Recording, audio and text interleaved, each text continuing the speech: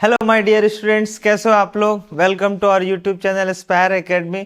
So today we are going to discuss about one of the most important topic in standard 12, equipotential surface.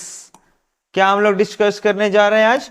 Equipotential surface and their properties. हम लोग potential के बारे में पढ़े, potential difference के बारे में पढ़े, कंटिन्यूअस चार्ज डिस्ट्रीब्यूशन के थ्रू जो पोटेंशियल होता है उसके बारे में हम लोग डिस्कस किए। अब हम लोग देखेंगे कि what is equipotential surface means, क्या होता है equipotential surface. So first definition क्या है कि an equipotential surface is the locus of points at which the potential due to a charge distribution is the same. ये क्या है? इक्विपोटेंशियल सरफेस एक ऐसा लोकस है, एक ऐसा लोकस है जिसमें कोई भी पॉइंट्स होंगे हमारे, वो उस पर लाई करेगा, जिसकी टोटल पोटेंशियल जो होगी वो सेम होगी। ठीक है? कैसे? लोकस क्या होता है? फर्स्ट हम लोग लोकस अगर डिस्कस करें तो लोकस होता है कि एक आप स्ट्रेट लाइन ड्रॉ किए और एक कर्व पाथ, ऐसे कर्व लाइन ड्रॉ की। ठीक है, सपोज 2 ट्रैक हम लोग बनाए और कोई पर्सन इसमें अगर रन कर रहा होगा इस ट्रैक पे, तो इसका ये पाथ जो हुआ जिसपे ये रन करेगा, दैट इज लोकस, इस पर्सन का हुआ। तो उसी तरह अगर कोई पॉइंट अगर किसी ट्रैक को फॉलो कर रहा, किसी पाथ को फॉलो कर रहा, इधर वो कर्व हो या स्ट्रेट लाइन हो या किसी भी पाथ में हो, जो पाथ होगा, सर्कल भी हो सकता है। सो जो पाथ फॉलो करता है पॉइंट, उसको हम लोग लोकस बोलते हैं। ठीक है, अब इक्विपोटेंशियल सरफेस क्या हुआ? इक्विपोटेंशियल सरफेस में वैसा सरफेस जिसपे आप कोई भी पॉइंट अगर लाई कर रहा होगा, अगर ये इक्विपोटेंशियल सरफेस का एक लाइन है जो इक्विपोटेंशियल सरफेस फॉर्म कर रहा, तो इस इक्विपोटेंशियल सरफेस में बोला गया है कि किसी भी पॉइंट पे आप चेक करोगे तो सभी पॉइंट पे पोटेंशियल जो होगा वो सेम होगा। ठीक है, यही उसका मीनिंग होता है कि इक्विपोटेंशियल सरफेस क्या है। तो ये एक ऐसा सरफेस है जिसमें किसी भी सरफेस के किसी भी पॉइंट पे आप जाओगे तो पोटेंशियल सेम मिलेगा। ठीक है, और ये ड्यू टू चार्ज डिस्ट्रीब्यूशन, किसी बॉडी में जब चार्ज डिस्ट्रीब्यूट हो रहा होगा, ऑब्वियसली वो किसी बॉडी में चार्ज डिस्ट्रीब्यूट यूनिफॉर्मली होता है। नेक्स्ट यहां पे बोला गया है कि equipotential surface of point charge, कोई भी एक हम लोग पॉइंट चार्ज लिए, एक पॉइंट चार्ज हम लोग यहां पर प्लस क्यू लेते हैं, प्लस क्यू। ठीक है, अब प्लस पॉजिटिव चार्ज है तो फील्ड लाइंस आउट होंगे। सो ये हमारे हो गए सारे आउटसाइड इलेक्ट्रिक फील्ड लाइंस। अब इक्विपोटेंशियल सरफेस क्या है? हम लोग फॉर्मूला में पढ़े हैं कि जो हमारा पोटेंशियल होगा वो होता है k q by r, means 1/4 pi epsilon naught q by r. यही होता है ना पोटेंशियल। क्या ये किसी भी पॉइंट चार्ज से आर डिस्टेंस पे अगर आप पोटेंशियल फाइंड करोगे क्यू चार्ज के लिए, तो ये पोटेंशियल हमारा v equals to 1/4 q by r होता है। ठीक, अब इसमें इक्विपोटेंशियल सरफेस कैसा फॉर्म कर रहा है? इक्विपोटेंशियल सरफेस फॉर्म कर रहा है ये जो आप डॉटेड सर्कल देख रहे हो ना, डॉटेड सर्कल, ये हमारा इक्विपोटेंशियल। क्यों? क्योंकि इसकी जो डिस्टेंस होगी ना चार्ज पार्टिकल से, चार्ज से प्लस क्यू से, वो किसी सर्कल पाथ पे अगर देखें तो डिस्टेंस इक्वल है। और यहाँ पे हम देख रहे हैं कि v जो है, चार्ज तो कांस्टेंट है, 1/4 constant, v inversely proportional to r है, मीन्स r पे डिपेंड कर गया। जितना डिस्टेंस ज्यादा होगा, r जितनी की वैल्यू जितनी ज्यादा होगी, v उतने कम हो जाएगी। तो यहाँ पर हम लोग डिस्टेंस और r अगर हम फिक्स कर दें, r भी अगर हम लोग कांस्टेंट कर दें r को, मीन्स डिस्टेंस को, तो v भी हमारा क्या हो जाएगा? कांस्टेंट हो जाएगा, मीन्स हमेशा वही रहेगा। सो अगर आप किसी भी पॉइंट से फिक्स डिस्टेंस पे आप राउंड सर्कुलर पाथ पे मूव करोगे तो डिस्टेंस जो होगा वो फिक्स रहेगा, डिस्टेंस कभी चेंज नहीं होगा। इसका मतलब वो ऐसा पाथ फॉर्म कर गया, ऐसा लोकस फॉर्म कर गया जिसमें किसी भी पॉइंट पे आप पोटेंशियल फाइंड करोगे तो सेम मिलेगा। ठीक है, इसमें आप किसी भी पॉइंट पे पोटेंशियल फाइंड करने जाओगे तो पोटेंशियल सेम मिलेगा, यही मीनिंग है इक्विपोटेंशियल सरफेस का। और डिस्टेंस के अकॉर्डिंग डिस्टेंस कांस्टेंट नहीं रख करके आप डिस्टेंस को इंक्रीज करोगे, जितना ज्यादा इंक्रीज करोगे आपका इक्विपोटेंशियल सरफेस उतना लार्ज, उसके अकॉर्डिंग कंसेंट्रिक सर्कल फॉर्म कर जाता है। मींस वहां से फिर वो रेडियस के अकॉर्डिंग सर्कुलर लोकस फॉर्म करेगा, सर्कुलर पाथ फॉर्म करेगा। ये हो गया फिर हमारा स्फेरिकल सरफेस, अब सॉरी इक्विपोटेंशियल सरफेस। ठीक है, अगर ये कोई स्फेरिकल होता, स्फेयर की तरह एक पॉइंट चार्ज अगर स्फेयर है, इसका मीनिंग यहाँ पे ये 2 डायमेंशन में हमें ऐसा दिख रहा है। स्फेरिकल लेंगे तो हम लोग बोलेंगे कि एक स्मॉल स्फेयर पॉइंट चार्ज हो गया, तो उसके कंसेंट्रिक एक और स्फेयर होगा, जितना डिस्टेंस पे आप लो उसके बाद जितना डिस्टेंस पे एक और स्फेयर होगा, तो वो कंसेंट्रिक स्फेयर्स फॉर्म करेंगे जो इसमें रेडियली परपेंडिकुलरली आउट होंगे सरफेस पे। क्या हो रहा है, रेडियली, और सरफेस पे आप टेंजेंट होगे तो परपेंडिकुलरली आउट हो रहेंगे इलेक्ट्रिक फील्ड लाइंस। ठीक है, सो ये हुआ equipotential surface of point charge. किसी पॉइंट चार्ज का इक्विपोटेंशियल सरफेस कैसा होगा, तो इस कंसेंट्रिक सर्कल की तरह। ठीक है, नेक्स्ट है equipotential surface of uniform electric field. Means देखो, यूनिफॉर्म इलेक्ट्रिक फील्ड्स लाइंस जब हम लोग बनाते हैं, फॉर्म करते हैं, तो हम लोग स्ट्रेट फॉर्म करते हैं कि हाँ पैरेलल लाइंस होंगे सारे। यूनिफॉर्म इलेक्ट्रिक फील्ड लाइंस को किस तरह रिप्रेजेंट करता है, सो ये पैरेलल। ठीक है, अब इसमें बोला गया कि in the case of uniform electric field the equipotential surfaces will be parallel plane shown in figure. Equipotential surface जो, जैसे यहाँ पे देखो आप, ये जो इक्विपोटेंशियल जो यूनिफॉर्म इलेक्ट्रिक फील्ड है, ये हमारा यूनिफॉर्म इलेक्ट्रिक फील्ड, इस यूनिफॉर्म इलेक्ट्रिक फील्ड में अगर हम ये इक्विपोटेंशियल सरफेस माने, तो इस सरफेस के आप किसी भी पॉइंट पे आप चले जाओ, सरफेस में आप किसी भी पॉइंट पे आप चले आओ, सभी पॉइंट पे पोटेंशियल सेम होगा। क्यों, क्योंकि अगर कोई पॉइंट सोर्स चार्ज से अगर इलेक्ट्रिक फील्ड लाइंस आ रहा होगा, पॉजिटिव है तो मान लीजिए पॉजिटिव पॉइंट सोर्स चार्ज है जहां से इलेक्ट्रिक फील्ड आ रहा है, तो उसमें ये सारे डिस्टेंस जो होंगे इस प्लेन का, इस पॉइंट चार्ज से कहीं से भी आ रहा होगा, वो फिक्स होगा आर। सो जब डिस्टेंस फिक्स हो गया तो आप किसी भी पॉइंट पे रहो, सभी पॉइंट से जो डिस्टेंस होगा आपका ये कांस्टेंट हो जाता है, आर हो जाएगा। सो जब डिस्टेंस सेकंड वाला है सपोज, सो इसकी भी डिस्टेंस किसी भी पॉइंट पे आप लोगे तो फिक्स है डिस्टेंस। सो जब डिस्टेंस कांस्टेंट हो गया तो v भी कांस्टेंट हो जाएगा, because v is inversely proportional to r। बोला गया ना, v is inversely proportional to r।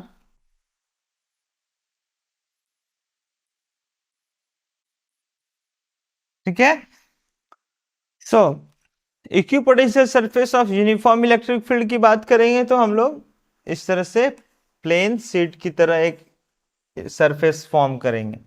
ठीक है, जैसे यहां पर मैंने बनाया कि यूनिफॉर्म इलेक्ट्रिक फील्ड है, तो इस यूनिफॉर्म इलेक्ट्रिक फील्ड अगर ये किसी प्लेन चार्ज शीट के थ्रू फॉर्म कर रहा होगा, नेक्स्ट हम लोग यहां देखते हैं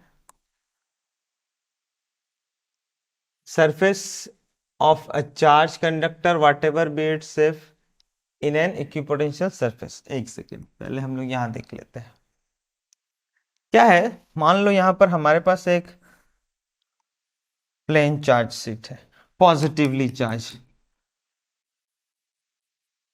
अब इस पॉजिटिव चार्ज शीट से जब इलेक्ट्रिक फील्ड लाइंस आउट हुए तो वो सारे यूनिफॉर्म होंगे, और इसमें अगर आप किसी डिस्टेंस पे जाकर के आप अगर मेजर करते हो कि हाँ अगर ये सारे पॉइंट्स के डिस्टेंस सेम है, सपोज एक प्लेन हम लोग लेते हैं जिसकी डिस्टेंस सेम है सपोज इसके सरफेस से, इस प्लेन शीट के, तो डिस्टेंस जब हम लोग बोलते हैं कि ये जो डिस्टेंस हमारा फॉर्म कर रहा है, ये डिस्टेंस अगर ये फिक्स हो गया है इससे किसी भी पॉइंट पे डिस्टेंस फिक्स हो गया है, तो ये जो सरफेस हमने लिया ये सरफेस इक्विपोटेंशियल सरफेस हो जाएगा। ठीक है, वही वहां पर रिप्रेजेंट किया जा रहा है।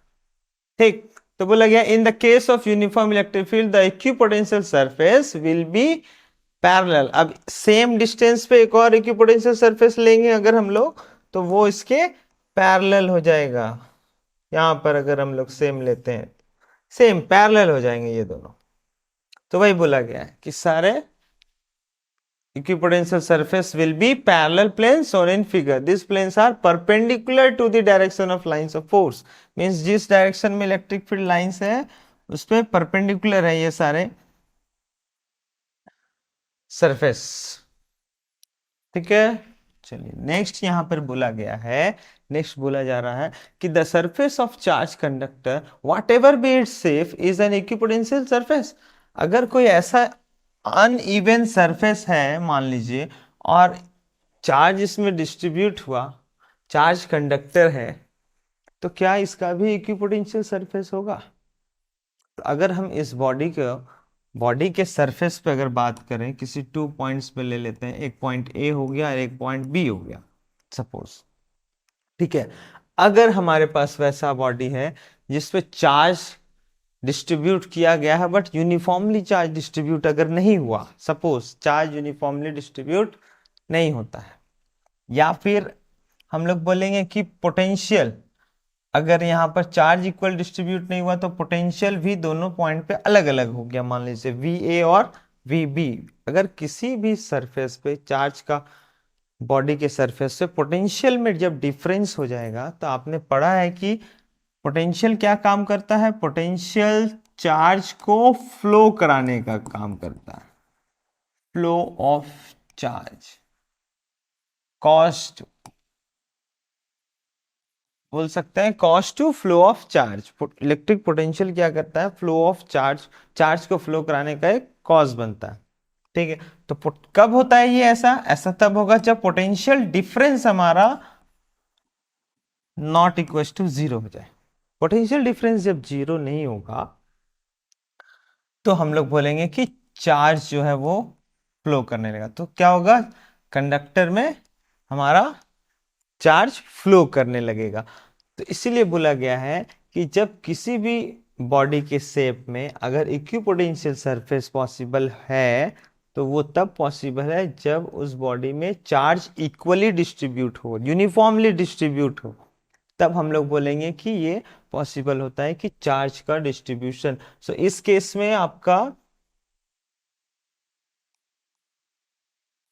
इस केस में हम लोग बोलते हैं कि पोटेंशियल सेम तभी होगा जब चार्ज यूनिफॉर्मली डिस्ट्रीब्यूट होगा। और एक चीज याद रखना कि इक्विपोटेंशियल सरफेस अगर किसी के पैरेलल ही किसी भी बॉडी के अकॉर्डिंग डिस्ट्रीब्यूट होगा, मींस अगर एक सिलिंड्रिकल वायर है, एक सिलिंड्रिकल वायर है, तो इसके अकॉर्डिंग अगर इक्विपोटेंशियल सरफेस फॉर्म करोगे तो वो भी एक सिलिंड्रिकल ही होगा इसके सराउंडिंग में। ये हमारा, हम लोग बोल सकते हैं कि ये हमारा एक सिलिंड्रिकल जो शेप हुआ, ये इक्विपोटेंशियल सरफेस है। अब इस सरफेस पे कहीं भी आप रहोगे तो पोटेंशियल सेम होगा, कहीं भी इस सरफेस पे। और इससे लार्ज करोगे तो और ज्यादा डिस्टेंस पे आपको एक इक्विपोटेंशियल सरफेस लेना है, तो आप इस ज्यादा डिस्टेंस पे फिर एक आ जाएगा। ठीक है, सो ये डिस्टेंस, और ज्यादा डिस्टेंस के लिए इक्विपोटेंशियल सरफेस होगा, तो आप इसमें, आप अब इस सिलिंड्रिकल सरफेस में, आप इसके कर्व सरफेस पे आप कहीं भी रहोगे तो आपको पोटेंशियल सेम मिलेगा, बट इस पॉइंट का और इस पॉइंट का पोटेंशियल डिफरेंट होगा। ठीक है, नेक्स्ट यहां पर क्या बोला जा रहा है, equipotential surface of an electric dipole. तो इलेक्ट्रिक डायपोल में इक्विपोटेंशियल सरफेस कैसा फॉर्म करेगा, तो यहां पर आप लोग इजिली फिगर देख रहे हो, पहले लिखा क्या, figure shows the equipotential surface of an electric dipole while solid lines represent the field of An electric dipole, the dashes lines represent the cross section of equipotential surface. ये जितने भी solid lines आपको दिख रहे हैं ये सारे क्या है, इलेक्ट्रिक फील्ड लाइंस। ठीक है, नेगेटिव है, नेगेटिव में इन होगा, पॉजिटिव से आउट होके नेगेटिव में इन हो रहा। ओके, और जितने भी डॉटेड लाइंस जो आपको दिख रहे हैं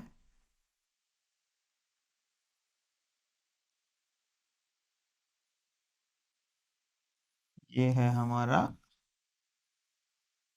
ठीक है, डॉटेड लाइन। डॉटेड लाइन आप लोग को दिख रहा होगा, एक यहां पर है,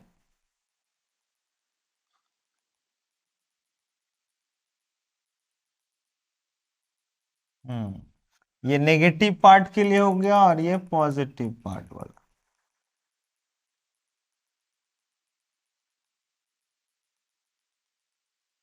डॉटेड लाइन। ठीक है, इससे तो हमें एक चीज समझ में आ रहा है कि जो इलेक्ट्रिक फील्ड लाइंस है वो तो एक क्लोज फॉर्म कर रहे हैं, ठीक है, positive to negative. But electric equipotential surface क्या हो जाएगा इसमें, एक यहां पर ये जो सेंटर लाइन है ये भी हमारा एक तरह का इक्विपोटेंशियल सरफेस फॉर्म कर जाता है, और इसमें ये जो डॉटेड लाइन दिख रहा है हमारा इक्विपोटेंशियल सरफेस, वो इस चार्ज के लिए, नेगेटिव चार्ज के लिए अपना इक्विपोटेंशियल सरफेस, और ये इक्विपोटेंशियल सरफेस पॉजिटिव चार्ज का अपना एक इक्विपोटेंशियल सरफेस है। सो दोनों मिल करके एक इक्विपोटेंशियल सरफेस फॉर्म कर रहे हैं, और आप ध्यान दोगे तो ये कंप्लीट सर्कल नहीं है, कंप्लीट सर्कल नहीं है, जितने क्लोज हैं ये डिस्टेंस दोनों के बीच में, ये जो गैप है दोनों चार्ज के बीच में उसके बीच ये सारे काफी क्लोज होंगे, और इधर जितना अपोजिट साइड में जाएंगे तो डिस्टेंस इंक्रीज कर जाएंगे, ये कंप्लीट सर्कल नहीं फॉर्म कर जाते हैं, इस तरह से फॉर्म करते हैं क्योंकि टेंडेंसी इन दोनों के बीच में ज्यादा है, दोनों के फील्ड की, इसीलिए। ठीक है, तो ये था इलेक्ट्रिक डायपोल में। अब यहाँ पे अगर दो सेम पॉजिटिव नेचर का चार्ज हो या फिर नेगेटिव नेचर का चार्ज हो, सेम हो, तब उसमें इक्विपोटेंशियल सरफेस कैसा फॉर्म करेगा, फाइनाइट डिस्टेंस पे रखें तो ये देखो, ये जो आपका डॉटेड लाइन दिख रहा है ये हमारा इक्विपोटेंशियल सरफेस है, मीन्स इस पॉइंट पे हमारा पोटेंशियल सेम मिलेगा, ये कंप्लीट स्फीयर फॉर्म कर रहा है अपना। ठीक है, नेक्स्ट बोला गया है प्रॉपर्टीज ऑफ इक्विपोटेंशियल सरफेस। अब ये जो इक्विपोटेंशियल सरफेस थे इसकी क्या क्या प्रॉपर्टीज है।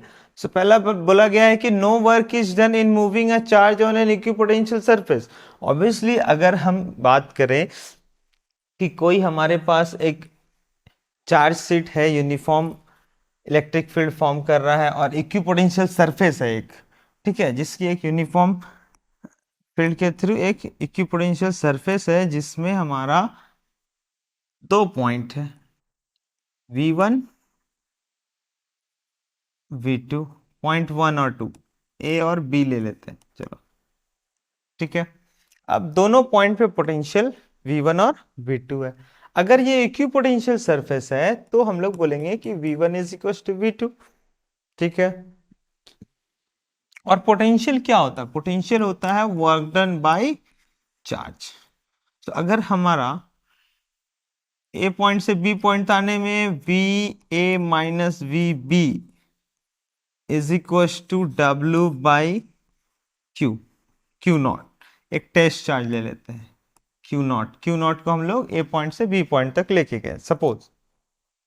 अब यहाँ पे change in potential, potential V1 और V2 सेम है, मीन्स VA और VB दोनों पोटेंशियल सेम है, VA V1 और V2 दोनों इक्वल है, तो दोनों का डिफरेंस 0 हो गया। इसका मतलब हमारा वर्क डन भी 0 हो गया। इसीलिए बोला गया है कि किसी भी इक्विपोटेंशियल सरफेस पे आप मूव करोगे तो वर्क डन 0 हो जाएगा। ठीक है, नेक्स्ट प्रॉपर्टी क्या बोला गया है, electric lines of force and the equipotential surface constituent a mutually perpendicular network. Means कि जो इलेक्ट्रोपोटेंशियल सरफेस होगा, जैसे हम लोग पॉइंट चार्ज के लिए हम लोग बोले कि एक पॉइंट चार्ज है तो उसमें इलेक्ट्रिक फील्ड लाइंस आउट हो रहे होंगे, तो इसमें जो इक्विपोटेंशियल सरफेस हम लोगों ने लिया वो ये हुआ इक्विपोटेंशियल सरफेस, है ना। ठीक, तो इसमें बोला जा रहा है कि इलेक्ट्रिक फील्ड लाइंस जो होगा हमारा इक्विपोटेंशियल सरफेस, सरफेस और इलेक्ट्रिक फील्ड लाइंस ये दोनों एक दूसरे पे परपेंडिकुलर होंगे। Electric lines of force and the equipotential surface constitute are mutually perpendicular. मतलब अगर ये इक्विपोटेंशियल सरफेस अगर हम लोग ले रहे हैं, सपोज मान लीजिए एक सरफेस है, सो हमारा इलेक्ट्रिक फील्ड लाइंस इस इक्विपोटेंशियल सरफेस पे कैसा होगा, तो इस पे परपेंडिकुलर होना चाहिए, या तो इस साइड आउटवर्ड होगा या इनवर्ड होगा, बट इस पे परपेंडिकुलर होना चाहिए, यही बोला जा रहा है। अगर ये बोर्ड हमारा एक इक्विपोटेंशियल सरफेस है जिसमें आप किसी भी पॉइंट पे जाओगे तो वर्क डन जीरो हो जाता है किसी एक पॉइंट से दूसरे पॉइंट पे जाने में, तो इसमें अगर इलेक्ट्रिक फील्ड लाइंस की डायरेक्शन पूछी जाए तो इससे ये परपेंडिकुलरली आउट हो रहा होगा या परपेंडिकुलरली इन हो रहा होगा। सो इक्विपोटेंशियल सरफेस पे हमेशा परपेंडिकुलर होगा हमारा इलेक्ट्रिक फील्ड। ठीक है, since no work is done in moving a charge on an equipotential surface, therefore we can conclude that the electric field has no component along the equipotential surface. Means electric field का work done उसके equipotential surface पे work done zero हो जाता है, इसके surface पे हमारा मतलब इस अगर इसे हम लोग सरफेस माने तो इस पे टोटल वर्क डन जीरो हो जाता है। तो वर्क डन जीरो हो जाता है इसलिए बोला गया है कि इक्विपोटेंशियल सरफेस पे के अलोंग में जो डायरेक्शन होगा इलेक्ट्रिक फील्ड का वो प्रेजेंट नहीं है, हैज नो कंपोनेंट, मीन्स उसकी कोई component along the equipotential surface उस डायरेक्शन में नहीं होती। ठीक है, this would further mean that the electric lines of force and the equipotential surfaces constitute a mutually perpendicular network, जिससे ये भी हमें पता चलता है कि दोनों एक दूसरे पे परपेंडिकुलर होंगे। Okay, so next properties equipotential surfaces cannot intersect each other since two electric lines cannot intersect, therefore two equipotential surfaces also cannot intersect। Means जिस तरह से टू बोला गया हम लोग का कि दो इलेक्ट्रिक फील्ड लाइंस कभी भी एक दूसरे को इंटरसेक्ट नहीं कर सकते। क्यों? क्योंकि अगर ये इंटरसेक्ट करेंगे तो एक ही पॉइंट पे दो अलग अलग डायरेक्शन में इलेक्ट्रिक फील्ड जनरेट होगा, जो कि पॉसिबल नहीं है बोला गया। सेम रूल यहाँ पे फॉलो करता है कि इक्विपोटेंशियल सरफेस भी कभी भी एक दूसरे को इंटरसेक्ट नहीं कर सकते। ठीक है, इफ टू लाइंस, फिर यहाँ पे एक पॉइंट और लिखा गया, if two lines do not intersect then their perpendicular also can not intersect. Means हम लोग बात कर रहे थे अभी कि इलेक्ट्रिक फील्ड लाइंस है और इक्विपोटेंशियल सरफेस है, सो दोनों एक दूसरे पे परपेंडिकुलर होते हैं बोला गया। तो जब ऐसा है तो इसका मतलब ये नहीं कि ये दोनों भी एक दूसरे को इंटरसेक्ट कर रहे होंगे। ठीक है, तो वही बोला गया कि two lines do not intersect then they are perpendicular also can not intersect. Next property बोला गया, equipotential surface indicate region of strong और weak electric field. Means equipotential surface से हमें स्ट्रॉन्ग और वीक इलेक्ट्रिक फील्ड का पता चलता है। कैसे? देखो, होता क्या है कि ये इक्विपोटेंशियल सरफेस यहां पर जो है, अगर हम बात करें ये प्लस क्यू चार्ज हम लोग ले लेते हैं, इसका एक हो गया इक्विपोटेंशियल सरफेस, ये एक और हो गया, तो ये थर्ड हम ले लेते हैं। ठीक है, अब इस इक्विपोटेंशियल सरफेस में जितना क्या बोला गया है, surface indicates region of strong और वीक इलेक्ट्रिक फील्ड। मींस किस पॉइंट पे इलेक्ट्रिक फील्ड स्ट्रांग है और किस पॉइंट पे इलेक्ट्रिक फील्ड वीक है, इसका ही पता चलता है। किसके थ्रू? इक्विपोटेंशियल सरफेस के थ्रू। कैसे? सपोज यहां पर हम लोग 3 डिफरेंट पॉइंट्स लेते हैं, ए, बी और ये पॉइंट सी हो गया। ठीक है, तीनों के बीच से डिस्टेंस भी अलग अलग होगा, आर ए, आर बी और आर सी, रेडियस सी। ठीक है, अब आप एक बात बता, ये जो डिफरेंस है, गैप इन दोनों के बीच में, पॉइंट ए और बी के बीच में और फिर बी और सी के बीच में, उस डिफरेंस के थ्रू अगर हम इक्विपोटेंशियल सरफेस के अकॉर्डिंग बात करें तो इस ए पॉइंट पे जो पोटेंशियल है, बी पॉइंट पे और सी पॉइंट पे सभी डिफरेंट डिफरेंट होंगे। किस पॉइंट का पोटेंशियल ज्यादा होगा? जो जितना क्लोज होगा, क्योंकि इनवर्सली प्रोपोर्शनल होता है। ठीक है, सो इससे हम लोग बोलते हैं कि किसी एक पर्टिकुलर इलेक्ट्रिक फील्ड सरफेस में, इक्विपोटेंशियल सरफेस में, इस सरफेस में आपका फील्ड लाइंस सबसे ज्यादा आपका क्लोज होते हैं एक दूसरे का। तो बोला गया है कि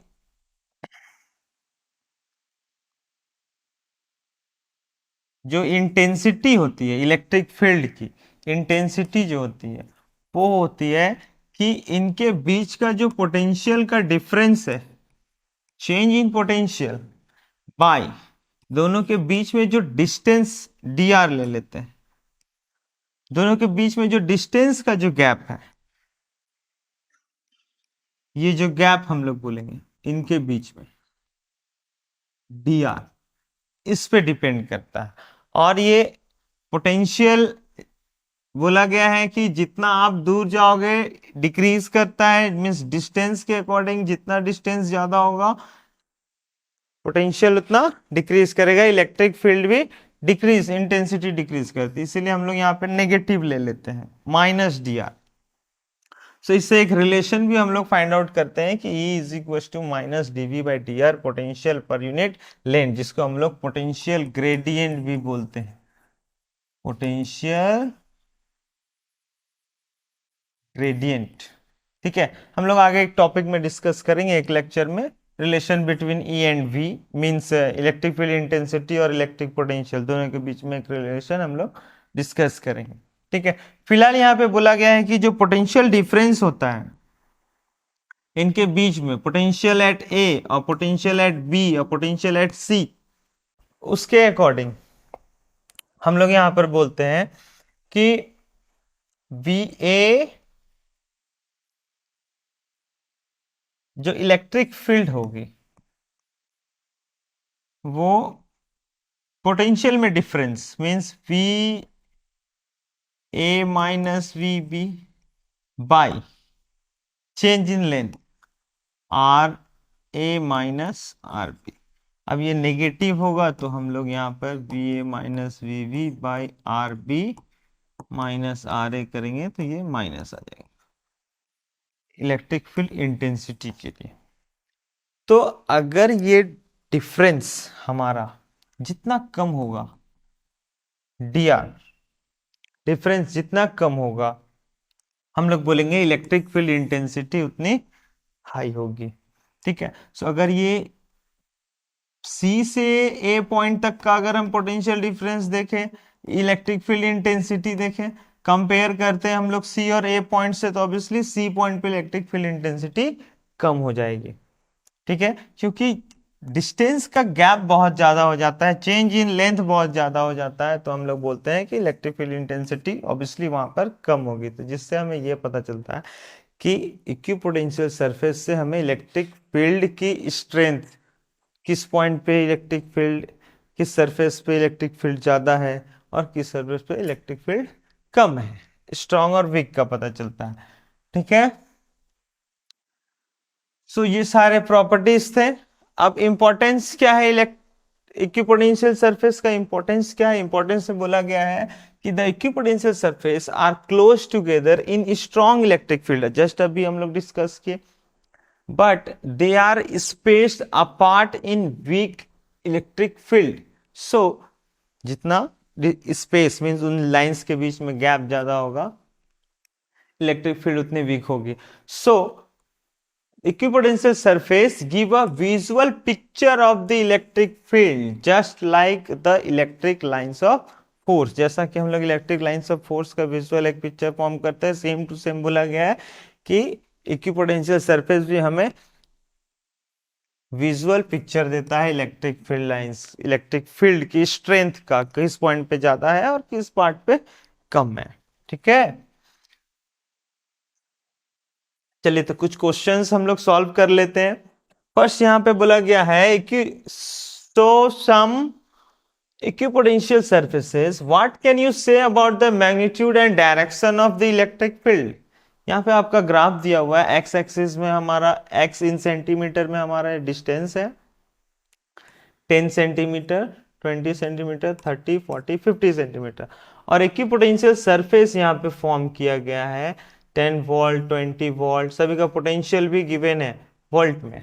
ठीक है, बट हम लोग ये डिस्कस कर चुके हैं कि इक्विपोटेंशियल सरफेस और इलेक्ट्रिक फील्ड लाइंस दोनों म्यूचुअली एक दूसरे के परपेंडिकुलर होते हैं हमेशा। ठीक है, उसके अकॉर्डिंग अगर हम लोग यहाँ पे इलेक्ट्रिक फील्ड लाइंस लें, तो अगर ये हमारा टू सरफेस ले लेते हैं, एक हो गया हमारा 10 वोल्ट, एक हो गया हमारा 20 वोल्ट। ठीक है, अब ये दोनों इक्विपोटेंशियल सरफेस में हमारा एक एक्स एक्सिस यहाँ हो गया। ठीक है, सो यहाँ से यहाँ तक का डिस्टेंस हमारा 10 सेंटीमीटर है, एक्स इन सेंटीमीटर तो 10 सेंटीमीटर।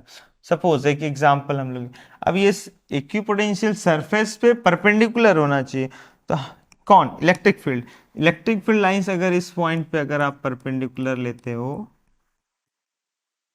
तो ये हमारा इलेक्ट्रिक फील्ड लाइंस हो गया। तो इसके अकॉर्डिंग इनके बीच में जो गैप आएगा, तो ये कितना 30 डिग्री फॉर्म कर रहा है ना, 30 डिग्री पे ये परपेंडिकुलर ड्रॉ करेंगे तो ये हो जाता है 60 डिग्री, ये हो गया हमारा 60 डिग्री। ठीक है, तो ये लेंथ कितना हो जाएगा, ये हमारा गैप हो गया, दो पोटेंशियल सरफेस के बीच का गैप जो हो जाएगा वो हम लोग बोलेंगे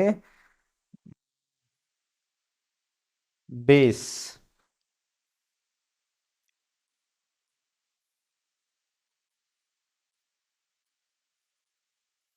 ये पॉइंट ए बी सी, तो ट्रायंगल ए बी सी में अगर हम लोग ए सी लेंथ फाइंड करना चाहें, तो हम लोग बोल सकते हैं कि cos theta equals to base by hypotenuse. तो यहाँ पर हो जाएगा हमारा A C is equals to 10 cos 60 degree, cos 60 degree 1/2, 5 centimetre हो जाएगा। cos 60 डिग्री, ठीक है, P/H। ठीक, A C equal to 5 centimetre. अब यहाँ पर हमारा, तो हमारा ये डी आर हो गया, जो हम लोग बात कर रहे थे इलेक्ट्रिक फील्ड क्या होता है, change in potential by change in length, dV by dr minus dr। So potential में डिफरेंस तो हम लोग बोलेंगे कि हाँ 20 - 10, 10 - 20 करेंगे बाई डिस्टेंस में, डिस्टेंस डेल्टा हमारा 5 आ गया,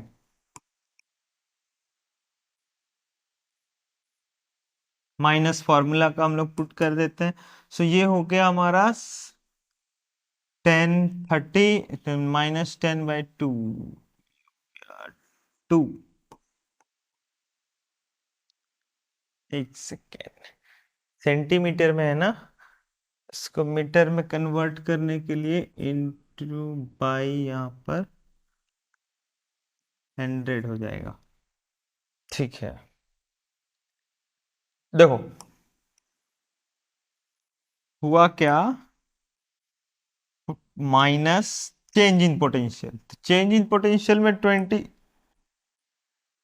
- 20, ए माइनस बी कर रहे हैं, 10 - 20 बाई डिस्टेंस, तो 5 centimetre, centimetre means 5 into 10⁻², 5/100 metre into 10⁻²। ठीक है, ओके, अब क्या हो जाएगा, ये हो गया आपका -10/5 -2 +2 इंटू 10⁻+2, 200।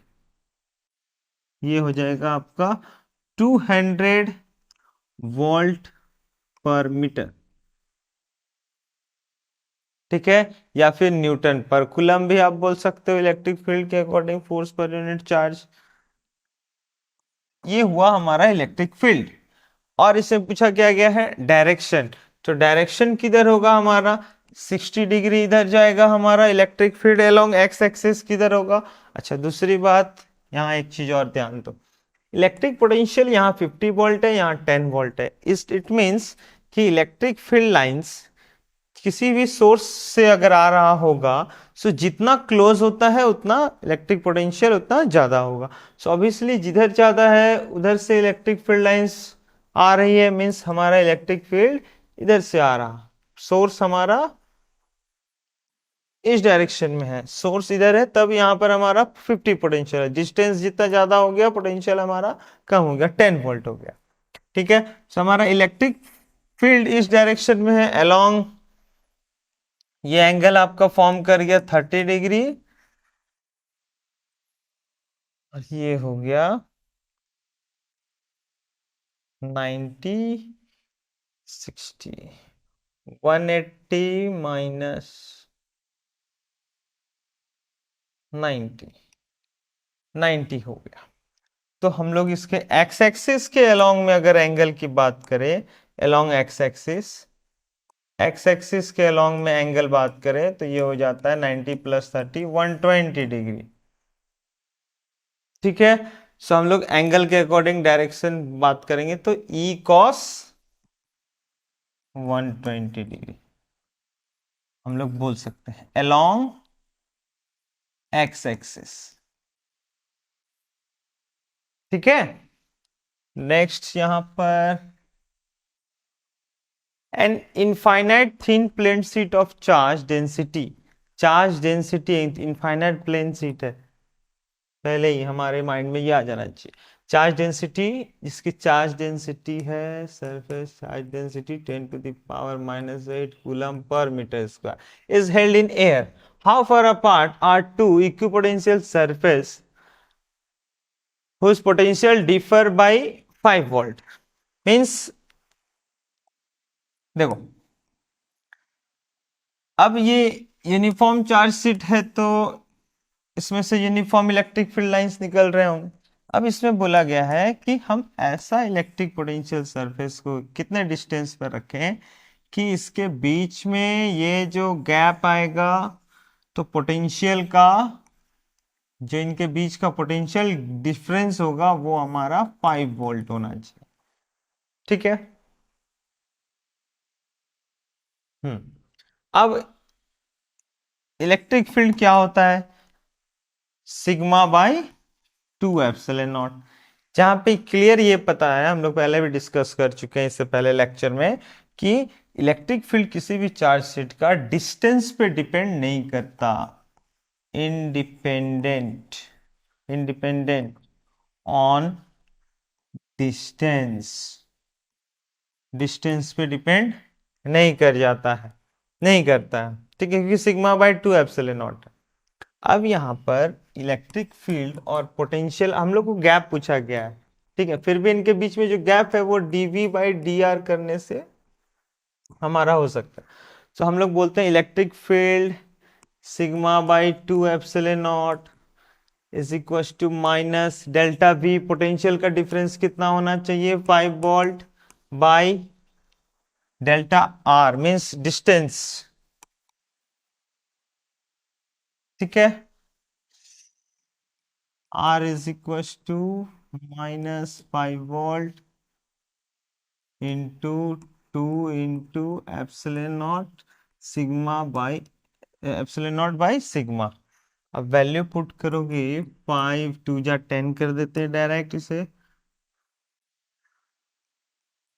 10 × 8.85 × 10⁻⁻12 हो गया 10⁻⁻8।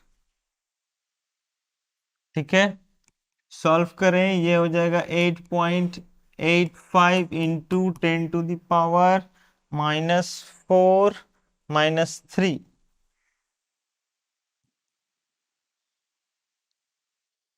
+8 9 -3 आ जाएगा। मीन्स मिलीमीटर, 8.85 मिलीमीटर में हम लोग बोलेंगे कि जो गैप अगर हम लोग रखते हैं दोनों इक्विपोटेंशियल सरफेस के बीच में, अगर गैप हमारा 8.85 मिलीमीटर होगा तो उनके बीच का जो पोटेंशियल डिफरेंस होगा वो 5 वोल्ट होगा। ठीक है, नेक्स्ट यहां पर बोला गया है some equipotential surfaces give the magnitude and the direction of the electric field. फिर सेम टू सेम है, बस वहां पर था क्या, एक्स एक्सिस था, यहाँ पे मींस स्ट्रेट फ्लैट सरफेस था हमारा इक्विपोटेंशियल सरफेस, यहाँ पे कर्व है, मींस सेमी सर्कल का पार्ट है। ठीक है, तो यहाँ पर देखो ये हमारा ओरिजिन हो गया। अब डिस्टेंस गैप फिर से 10 सेंटीमीटर का, और कितना वोल्ट का पोटेंशियल है यहाँ पे 60 volt, 30 volt, 20 volt, means electric field lines इस तरह से आउट हो रहा है। ठीक है, इलेक्ट्रिक फील्ड इंटेंसिटी डायरेक्शन की बात करें तो यहाँ रेडियली आउट हो रहा है, तो परपेंडिकुलर होगा दोनों एक दूसरे के। ठीक है, इलेक्ट्रिक फील्ड सरफेस और इलेक्ट्रिक फील्ड लाइंस, सिर्फ इलेक्ट्रिक फील्ड की बात करें तो रेडियली आउट हो रहा है। ठीक है, वैल्यू क्या होगी, तो dV/dr इक्विपोटेंशियल सरफेस के अकॉर्डिंग पोटेंशियल, अगर दो पॉइंट के बीच का पोटेंशियल आप देख लो, किसी भी 2 पॉइंट का ले सकते हो, तो हम लोग यहाँ पर 60 और 20 लेते हैं। 60 -20, 60 के लिए डिस्टेंस हो गया 10 और 20 के लिए डिस्टेंस हो गया 10 20 30 माइनस क्या हो जाएगा 40/20, ये हो गया 2 टाइम्स 2 वोल्ट पर मीटर। ओके, तो ये था electric potential, electric field intensity की वैल्यू। ठीक है, तो ये हुआ हमारा इक्विपोटेंशियल सरफेस। तो आई होप कि आप लोग को इक्विपोटेंशियल सरफेस क्लियर हो गया। हम मिलते हैं फिर नेक्स्ट लेक्चर में इस तरह का कोई और एक इससे बेटर टॉपिक लेकर के। ओके।